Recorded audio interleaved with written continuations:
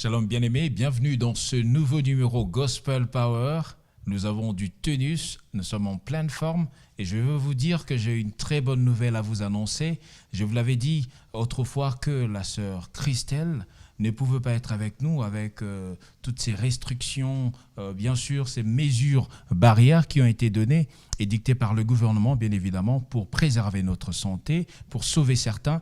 Mais aujourd'hui, avec le déconfinement, nous avons eu la possibilité de la voir ici sur ce plateau. Vous allez la voir bien évidemment tout à l'heure. Mais avant toute chose, je veux vous parler de la sœur Irène Tsondar, qui est une grande chanteuse chrétienne que nous avons reçue aujourd'hui. Nous allons parler avec elle, nous allons nous entretenir avec elle sur ces sujets dont nous appelons évidemment la chanson chrétienne. Nous allons en savoir un peu plus avec elle. Elle va nous expliquer, elle va nous donner son point de vue à ce sujet. Je vous passe la sœur Christelle qui va vous parler d'autre chose, évidemment. De retour sur ce plateau, vous avez bien suivi la sœur, sa biographie bien sûr. Alors la sœur avec nous sur ce plateau, bienvenue sur le plateau de Désir TV. Merci beaucoup. Alors notre première question est celle-ci. Alors quelle différence faites-vous entre la chanson chrétienne et profane? Merci beaucoup, monsieur, madame la journaliste, pour cette belle question. À ce sujet, je dirais, en tant qu'artiste religieux, il existe bel et bien une grande différence entre la chanson dite chrétienne et celle dite profane. Je commence d'abord par la musique profane pour bien éclaircir cette réponse. On parle de la musique profane en faisant allusion à cette musique du monde, c'est-à-dire hormis Dieu. Je donne un exemple. Cindy Lecœur, MG30, elles font de la musique profane. Je ne sais pas si vous avez compris. Cependant, on parlerait de la musique chrétienne, dite chrétienne, en faisant allusion à un monde du Christ, de Dieu. Je donne l'exemple palpable. Nous avons ici au Congo la sœur Belle Agnelé qui fait de la musique chrétienne. Tout ailleurs, à Kinshasa, nous avons la sœur Laure Mbongo, la sœur Ruth Misamo. Eh bien, celles-là, elles font de la musique dite chrétienne. J'espère que vous êtes satisfaits. Alors vous avez dit que, c'est vrai, vous avez dit que la sœur Mbongo, Laure Mbongo, fait de la musique chrétienne. Alors il y a une question qui vient à l'esprit, mais on peut avoir le talent, mais on véhicule quand même le message de Dieu, sans que vous êtes chrétien. Ça peut arriver? À cela, je peux juste dire un petit mot, disons que il est très difficile. Ben, vous allez constater que celui qui n'a pas l'art de chanter pour Dieu peut chanter parce qu'il a reçu des enseignements de part et d'autre. Il a formulé une marque de chanson. Les gens peuvent aussi aimer, mais cela ne peut pas aller loin. Cela estime en lui que ce n'est pas un don pour la personne.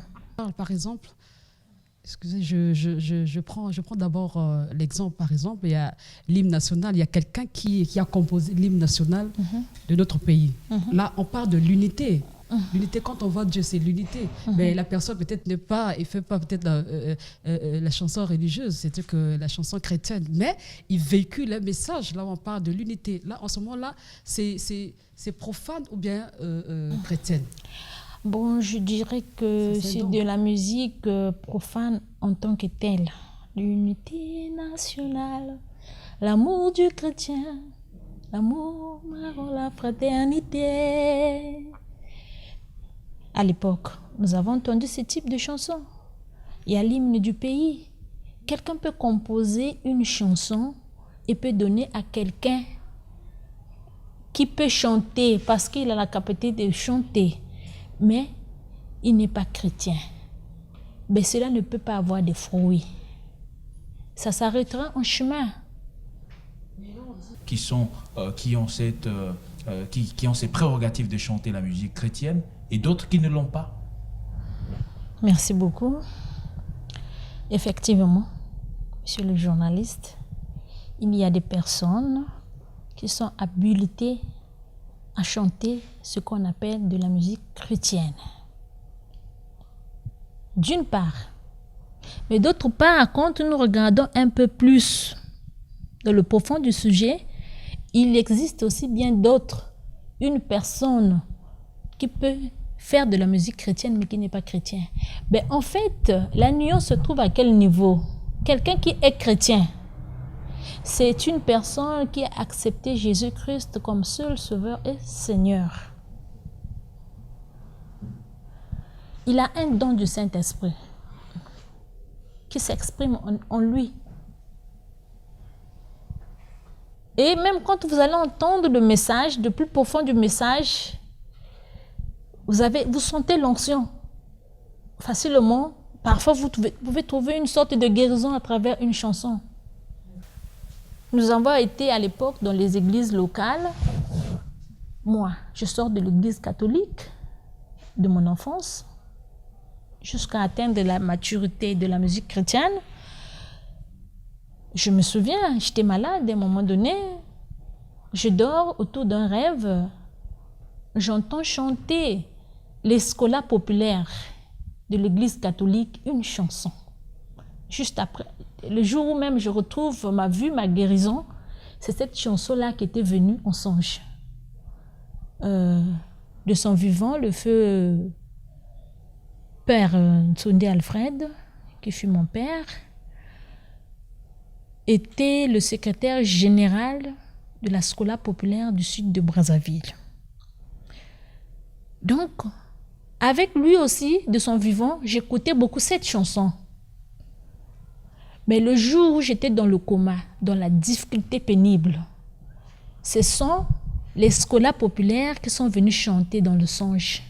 Une fois, quand j'ai retrouvé la vue normale et la guérison, je me souviens toujours de cette chose jusque-là. Il disait « Tonda muketo nange, tonda muketo nange, ho tatanzambi muketo nange, na monsonge mesala na mono, muketo nange, nzambi mpungu. » Et voilà. Quand j'ouvre les yeux comme ça, les scolas n'étaient pas là. Et c'est le jour où l'on attendait si réellement est-ce que notre fille va sortir de cette situation difficile ou pas. Oui, cette chanson-là, j'ai cru. Et quand j'ai cru, j'ai trouvé la guérison. J'ai trouvé la guérison. Il y a l'Esprit de Dieu qui m'a percé à travers cette chanson-là. Vous voyez? Là, je dirais que cette chanson-là, d'origine, elle est chrétienne. Alors, Serugen, vous chantez tellement bien, votre voix est embellie.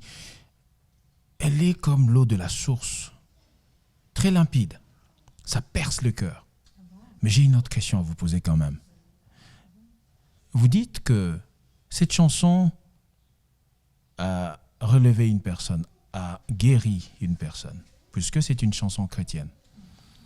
Mais nous savons que dans l'histoire n'est pas que congolaise, l'histoire est mondiale. Vous connaissez les Beatles. Les Beatles, ce sont des chanteurs anglais.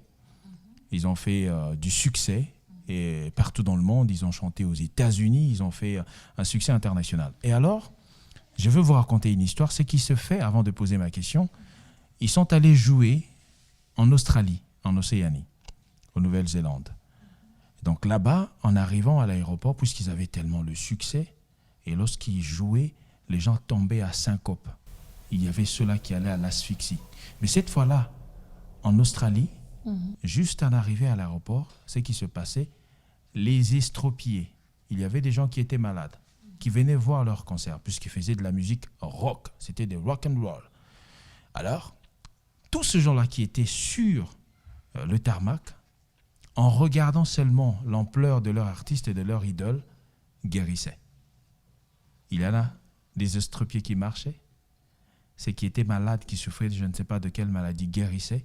Et ce sont des gens qui ont témoigné, c'est connu, vous pouvez faire des recherches et on va vous donner la véracité sur cette histoire authentique. Alors, qu'allons-nous dire de ces gens-là? Puisqu'ils font de la musique dite profane, pas différent de ce que Koffi Olomide fait ou Roga Roga. N'est-ce pas? Alors, dites-nous quelque chose par rapport à cela.